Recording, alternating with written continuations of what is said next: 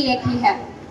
We come together despite the differences in our Bhasha, Sanskriti, ya Kaushal. As we say in Kannada, ಒಟ್ಟಿಗೆ ನಾವು ನಿಲ್ಲುವಟ್ಟಿವೆ, ವಿಭಜನೆಗೊಂಡಾರೆ ನಾವು ಬೀಳುವಟ್ಟಿವೆ, which means together we stand and divided we fall.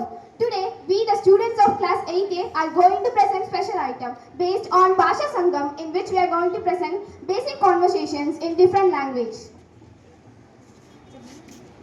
In English, what is your name? In Malayalam, ఏంతనో నింట పేరు. In Kannada, ನಿನ್ನ ಹೆಸರೇನು? In Punjabi, tamarum nama soomche. In Telugu, నీ పేరు. In English, my name is Komal. In Malayalam, ఏంట పేరు Anjala. In Kannada, ನನ್ನ ಹೆಸರು Anjana. In Punjabi, marum nama Delicia che. In Telugu, నా పేరు నిఖిత.